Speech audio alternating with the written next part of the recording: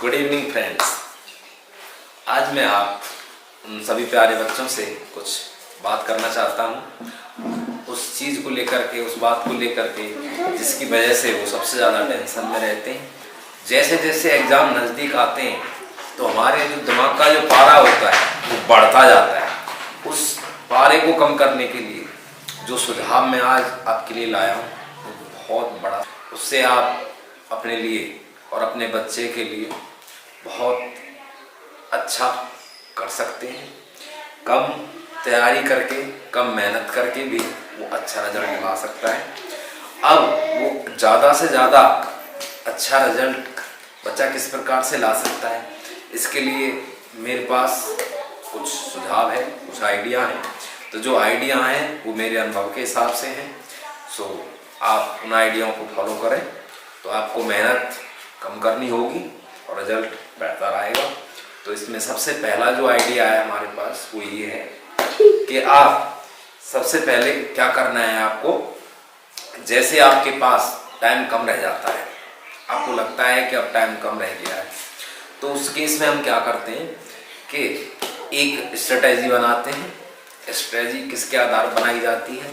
Strategy का main base होता है कि हम एक जो भी सब्जेक्ट हम पढ़ना चाहते हैं, जिसके लिए हमें तैयारी करनी है, तो हम क्या करते हैं उस सब्जेक्ट के कुछ प्रीवियस ईयर क्वेश्चंस को देखते हैं। और देखना उस हिसाब से होता है, जैसे हम फिजिक्स को लेके चलें तो फिजिक्स में या और कोई साइंस हो, सभी साइंस में प्रत्येक बोर्ड के एग्जाम में हर बार क्या आता है, फिक्स क्वेश्चन आते हैं। कुछ क्वेश्चन ऐसे होते हैं जो कभी बाई चांस ही नहीं आते, ज़्यादातर केस में आते रहते हैं। इस साल नहीं आए तो अगले साल आएंगे, तो मोस्टली आते रहते हैं। तो उसमें यदि हम सेलेक्ट करें तो टोटल मिला के लगभग 30-40 क्वेश्चन ऐसे बनते हैं जो फिजिक्स में हर बार आते हैं। ठीक है, यदि आप उन 40 क्वेश्चंस को पहले कर लें तो पहली बात तो ये है कि कोई बच्चा फेल नहीं होगा, और दूसरी बात ये है कि आपका जो टेंशन है वो कम हो जाएगा, क्योंकि आपको लगेगा कि मैंने इतना कर रखा है जिससे कि आप पास हो सकते हो। अब दूसरी बात होती है इसमें कि यदि हम एक अनुभवी टीचर को देखें और उस टीचर से प्रत्येक जो आपका एक्सरसाइज है, जो चैप्टर है, जो यूनिट है, प्रत्येक यूनिट के हिसाब से कुछ क्वेश्चंस को सेलेक्ट करवाएं कि भाई कौन कौन से क्वेश्चन इस एक्सरसाइज में से, इस यूनिट में से आते हैं। तो उस एक्सरसाइज के उन क्वेश्चंस को आप अलग से नोट कर लें कि हमें ये क्वेश्चन सबसे पहले करने हैं, बाद में बाकी के किए जाएंगे।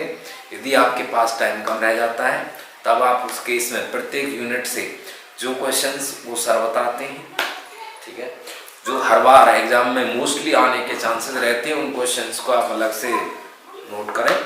और सबसे पहले एग्ज़ाम में जाने से पहले भी और जब आपको तैयारी करनी हो कि एग्ज़ाम नज़दीक है तो सबसे पहले उन्हें फोकस करें, उन्हें अच्छे से करें।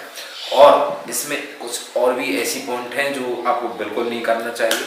जैसे हम बात करें मॉडल पेपर सेट जो आते हैं, मॉडल पेपर आते हैं, तो मॉडल पेपर में जो क्वेश्चन दिए होते हैं उन्हें आपको करना चाहिए, करने में मना नहीं है।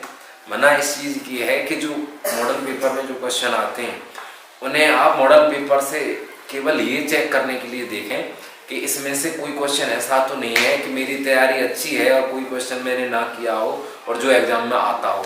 केवल मॉडल पेपर इसके लिए होता है, ना कि इसके लिए कि मॉडल पेपर से ही याद करना स्टार्ट कर दें, मॉडल पेपर से ही एग्जाम को देना शुरू करें। क्योंकि मॉडल पेपर से देने का मतलब होता है उसमें वो परफेक्ट नहीं होता कि आप ज़्यादा से ज़्यादा मार्क्स ला सकें।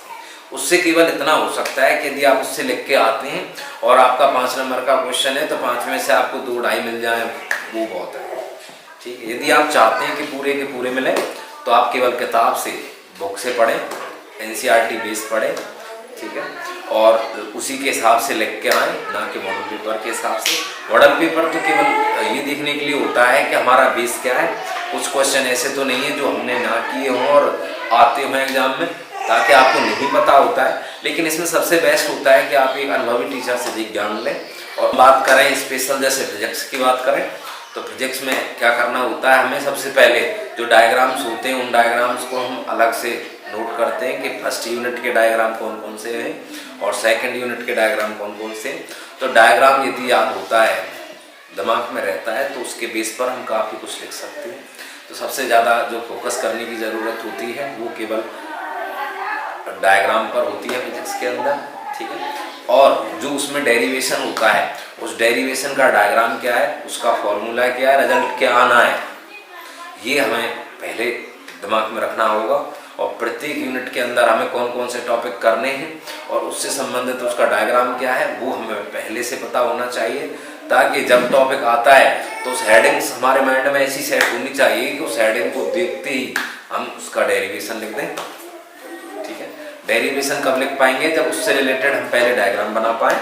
तो पहले डायग्राम का जो डेरिवेशन जो हेडिंग दी हुई है उस हेडिंग के अनुसार जो डायग्राम बनना है, पहले उस डायग्राम की प्रैक्टिस करिए और उसके बेस पर ही हम आगे क्वेश्चन कर पाएंगे, ठीक है। तो आज के लिए बस इतना ही, और मेरे चैनल पर आप नए हैं तो उसे ज़रूर सब्सक्राइब करें, लाइक करें और शेयर करें, कमेंट करें।